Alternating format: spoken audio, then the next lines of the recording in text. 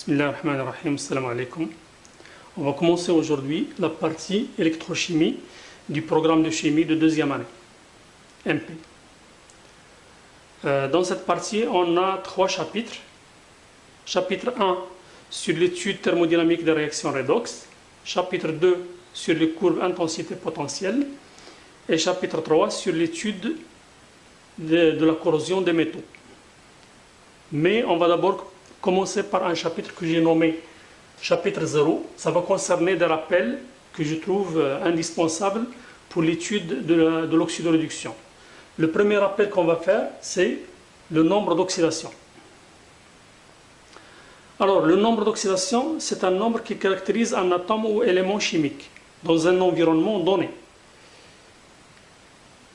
Il représente en quelque sorte la charge que porte cet atome. Cette charge peut être totale ou partielle, comme on va le voir sur les exemples. Alors, je vais distinguer deux cas. Celui où l'atome est seul, c'est un édifice monoatomique.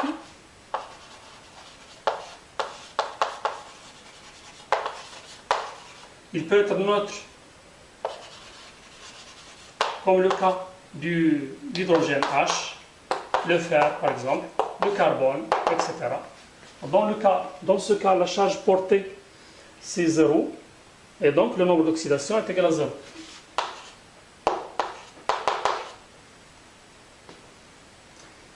Il peut être aussi un ion simple de la forme X plus ou moins N. Dans ce cas, le nombre d'oxydation est égal à plus ou moins N. Alors, des exemples, comme par exemple pour H+, le proton H+, déchargé avec une seule charge élémentaire, donc c'est plus 1. Cl-, par exemple, moins 1. Fe2+, plus 2, etc. Alors, comme vous le remarquez, on utilise les chiffres romains pour exprimer les nombres d'oxydation, à l'exception du chiffre 0, qui n'est pas un chiffre romain. C'est un chiffre arabe. Le deuxième cas, c'est le cas où l'édifice est polyatomique.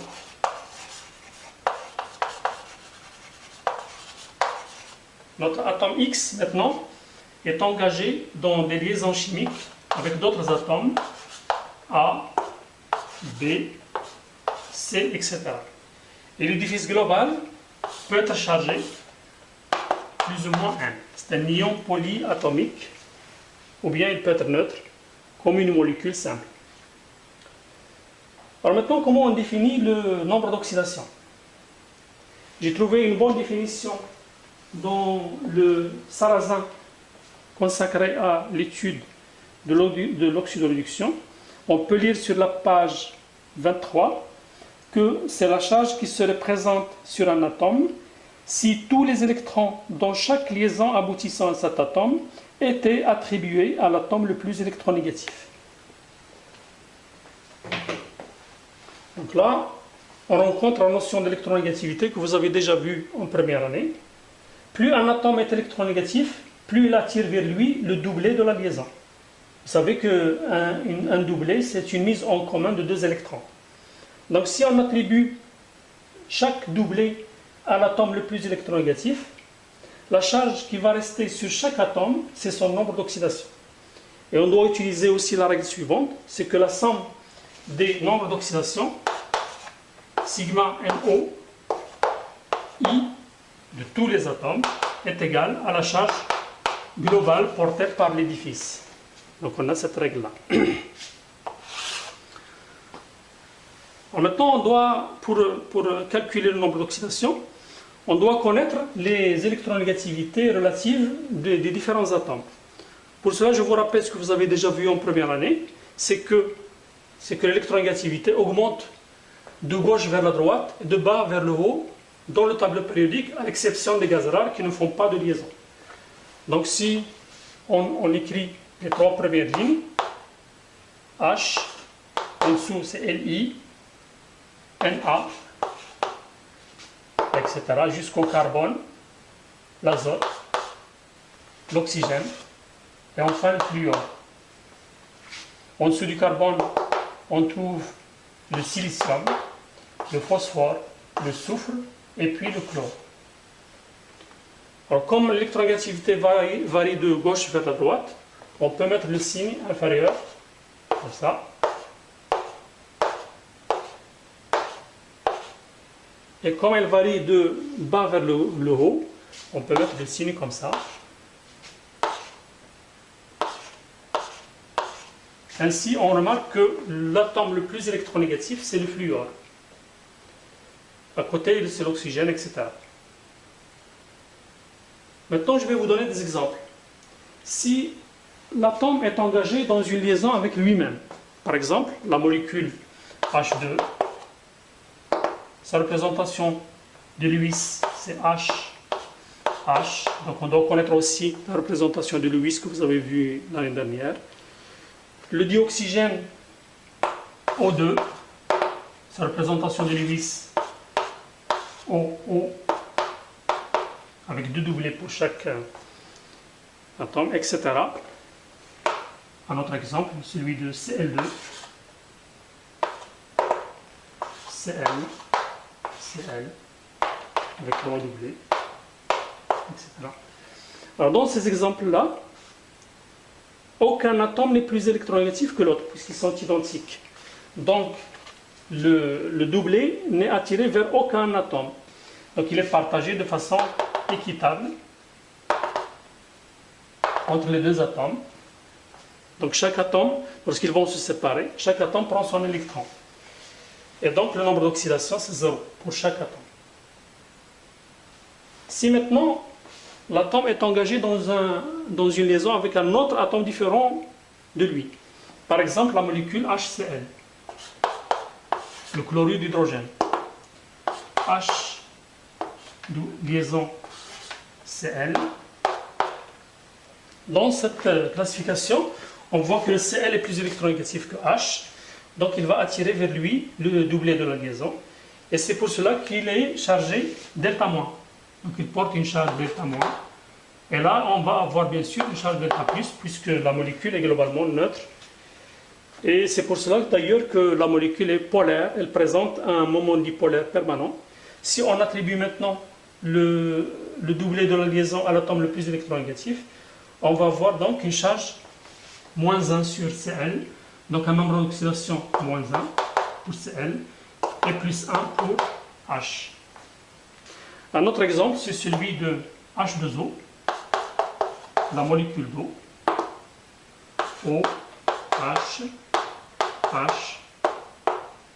la représentation de Lewis. Comme l'oxygène est plus électronégatif que H, le doublé va être attiré vers O, les deux doublés. D'ailleurs, donc on va avoir deux charges delta- plus delta+, ici.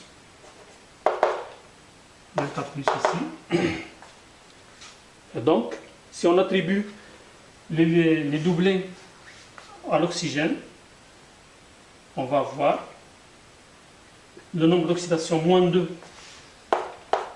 pour l'oxygène, +1 pour l'hydrogène et +1 pour l'hydrogène. Donc généralement, lorsque l'hydrogène est engagé dans une liaison avec un autre atome différent de lui, il a un nombre d'oxydation +1. Et lorsque l'oxygène est engagé dans une liaison avec un autre atome différent de lui et moins électronégatif que lui, le nombre d'oxydation c'est -2. Alors dans cette règle-là, si on prend un édifice, maintenant ionique par exemple, je prends l'exemple du ion nitrate, NO3-. Si on représente le nombre d'oxydation de l'azote par X, on doit résoudre l'équation X plus 3 fois -2 est égal à la charge globale, c'est -1. Et donc on tire que le nombre d'oxydation NO de l'azote est égal à plus 5. Donc, ainsi de suite. Alors finalement, une remarque. concernant d'abord l'oxygène, il peut avoir d'autres nombres d'oxydation dans le cas où on a un groupe, ce qu'on appelle peroxyde, O, comme ça. La molécule la plus simple, c'est lorsqu'on a H ici et H là, on trouve l'eau oxygénée, H2O2. Alors dans ce cas, le partage des doublés, puisque on a ici O, donc le partage équitable. Par contre, OH, O est plus électronégatif que H, donc le partage va être comme ça. Et on obtient alors plus 1 pour H, plus 1 ici, moins 1 là, moins 1 ici. Donc là, c'est une exception. Le nombre d'oxydation de l'oxygène, c'est moins 1. Une autre exception, c'est lorsque l'oxygène est engagé avec un atome plus électronégatif que lui. C'est le seul ici, c'est le fluor. Donc on obtient la molécule de difluorure d'oxygène, OF2. On va avoir donc une molécule de cette forme-là. F est plus électronégatif que O, donc il va attirer complètement le doublé de la liaison. Si on attribue le doublé donc à F de ce côté et de l'autre côté, on obtient un nombre d'excitation moins 1 pour F, et donc plus 2 pour l'oxygène. Finalement, il faut noter aussi que le nombre d'oxydation est toujours un nombre entier, il n'est jamais fractionnaire. Alors je peux vous donner un exemple. Je vous donne un exemple dans lequel on peut trouver une fraction. C'est celui de la magnétite. Fe3O4. C'est un oxyde de fer qui a des propriétés magnétiques. Si on appelle X le nombre d'oxydation de F, on doit résoudre l'équation 3X plus 4 fois moins 2 est égal à 0. La charge globale, c'est 0. Donc on trouve X est égal à 8 tiers, ce qui n'est pas possible. Alors en fait, ce qui se passe, c'est que les nombres d'oxydation dans la magnétite ne sont pas les mêmes pour tous les Fe. On trouve des ions Fe3+, et des ions Fe2+. Donc des nombres d'oxydation plus 2 et plus 3. C'est un mélange. Si on prend un motif de Fe3O4, il doit être globalement neutre. Donc comme on a 4 O2-, on doit donc avoir en même temps 2 Fe3+, plus Fe2+. Voilà donc un motif qui est globalement neutre, 8 charges négatives et 8 charges positives. Alors j'espère que vous avez compris cette notion de nombre d'oxydation et à la prochaine vidéo. Inch'Allah.